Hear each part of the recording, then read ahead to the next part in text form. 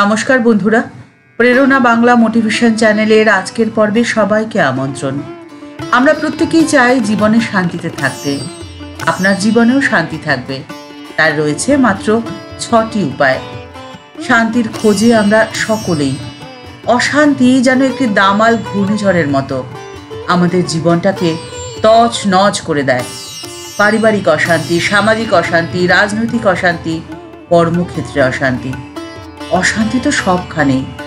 অশান্তির দাপটে আমরা জেরবার হয়ে যাই। খিটখিটে মেজাজে সারাক্ষণ জীবন কাটাতে হয়, কোনো কাজেই যেন মন বসে না। তখন উপায়, প্রথম উপায়, আপনাকে ভুলে যেতে শিখতে হবে। ভুলে যান তাকে যে আপনাকে ভুলে গেছে। ভুলে যান সেই কথা যে কথায় আপনার দু চোখ সজল হয়েছে। ভুলে যান সেই ঘটনা যে ঘটনা আপনাকে শুধুই কষ্টই দিয়েছে। আপনি যদি জীবনের সমস্ত নেগেটিভ ঘটনা প্রবাহ থেকে নিজেকে মুক্ত করে সত্য ও সুন্দরের কাছে মাথা নত করেন, তবে আপনার শান্তিতে থাকা কেউ রোধ করতেই পারবে না। শান্তিতে থাকার দ্বিতীয় উপায় হলো, আপনাকে সত্যি আর মিথ্যের পার্থক্য করতে জানতে হবে। আপনি জীবনে অনেক মানুষ পাবেন যারা আপনার সামনে খুব মিষ্টি মিষ্টি কথা বলে, কিন্তু আসলে তারা মোটেই ততটা ভালো মানুষও নয়। আবার অনেক মানুষ পাবেন যাদের মুখের ভাষা রুক্ষ, কিন্তু তারা সৎ ও ভালো মানুষ। আপনাকে এই দুয়ের পার্থক্য করতে জানতে হবে। অসৎ মানুষের সংস্পর্শ আপনার জীবনের অশান্তির কারণ। প্রতারক, ঠকবাজ, অসত্যকে এড়িয়ে চলুন, শান্তিতে থাকবেন। জীবনে শান্তিতে থাকার তৃতীয় উপায় হলো, নিজের কষ্টের কথা, দুঃখের কথা, যন্ত্রণার কথা তার কাছেই বলুন যে আপনার মূল্য দেয়, অর্থাৎ যার কাছে আপনার মূল্য রয়েছে। সকলের কাছে একদমই বলতে যাবেন না, কারণ সমব্যথী সকলে হয় না। আপনার কষ্ট, আপনার যন্ত্রণা বা আপনার দুঃখ তাদের আলোচনার বিষয়বস্তু হবে মাত্র। তাই অন্যের কথোপকথনের বিষয়বস্তু তাদের হাতে কখনোই তুলে দেবেন না। শান্তিতে থাকার চতুর্থ উপায়, অন্যের ওপর নির্ভর না করে বা বিশ্বাস না করে নিজের ওপরে বিশ্বাস রাখুন। আপনি এই বিশ্বাস করুন যে আপনি সর্বশ্রেষ্ঠ। আপনার ভেতরে রয়েছে সমস্ত শক্তি। আপনার পক্ষে এমন কোনো কাজ নেই যা আপনি করতে পারেন না। নিজের দু পায়ের উপর নির্ভরশীলতায় আপনি তখন এতটাই আত্মবিশ্বাসী হয়ে উঠবেন যে আপনি থাকবেন সব সময় শান্তিতে। পঞ্চম উপায় হলো, আপনি তাদেরকেই জীবনে গুরুত্ব দিন যারা আপনাকে কেন্দ্র করে বাঁচতে চায়, যাদের কাছে আপনি থাকা বা না থাকা সমান, অর্থাৎ যাদের কাছে আপনি প্রায়োরিটি নন। তাদের নিয়ে ভাবনা চিন্তা করে অযথা আপনার জীবনের শান্তি নষ্ট করতে যাবেন না। আর শান্তিতে থাকার ষষ্ঠ এবং সব থেকে গুরুত্বপূর্ণ উপায় হলো, আপনার জীবনের খাতাটিকে ব্যক্তিগতই রাখুন, পাবলিক করে ফেলবেন না। সকলের সাথে মেলামেশা করলেও নিজের জীবনটাকে একান্তই নিজের করে রাখুন। তাহলে দেখবেন আপনি সব সময় শান্তিতে থাকবেন। জীবনের সমস্ত দুঃখ, জ্বালা, যন্ত্রণা, ব্যথা, বেদনা এক মুহূর্তে মুছে যায়। মায়ের কোলে আসলে পাওয়া যায় পরম শান্তি, পরম তৃপ্তি। সন্তানের মুখ দেখলেই মা বুঝে ফেলেন তার মনের কথা, অন্তরের ব্যথা। সন্তানকে কিছুই বলে দিতে হয় না মাকে। পৃথিবীর সকল সন্তানের প্রতি মায়ের আশ্বাস বাণী, আমি সত্যিকারের মা। আমি গুরুপত্নী নই, কথার কথা মা নই, আমি সত্য জননী।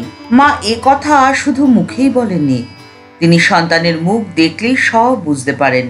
এই দৃষ্টান্ত স্থাপন করেছেন বহুবার, বহু জনের কাছে, বহু স্থানে। এ প্রসঙ্গেই কিছু কথা এখন আপনাদের সাথে শেয়ার করে নিলাম। সময়টা 1325 বঙ্গাব্দের 2রা কার্তিক, কোজাগরী লক্ষ্মী পুজোর রাত্রি। মায়ের কাছে এসেছেন সমতী নামের জনৈকা মহিলা। হাতে রয়েছে চওড়া লাল পাড়ের শাড়ি, তাছাড়াও পুজোর সামগ্রী।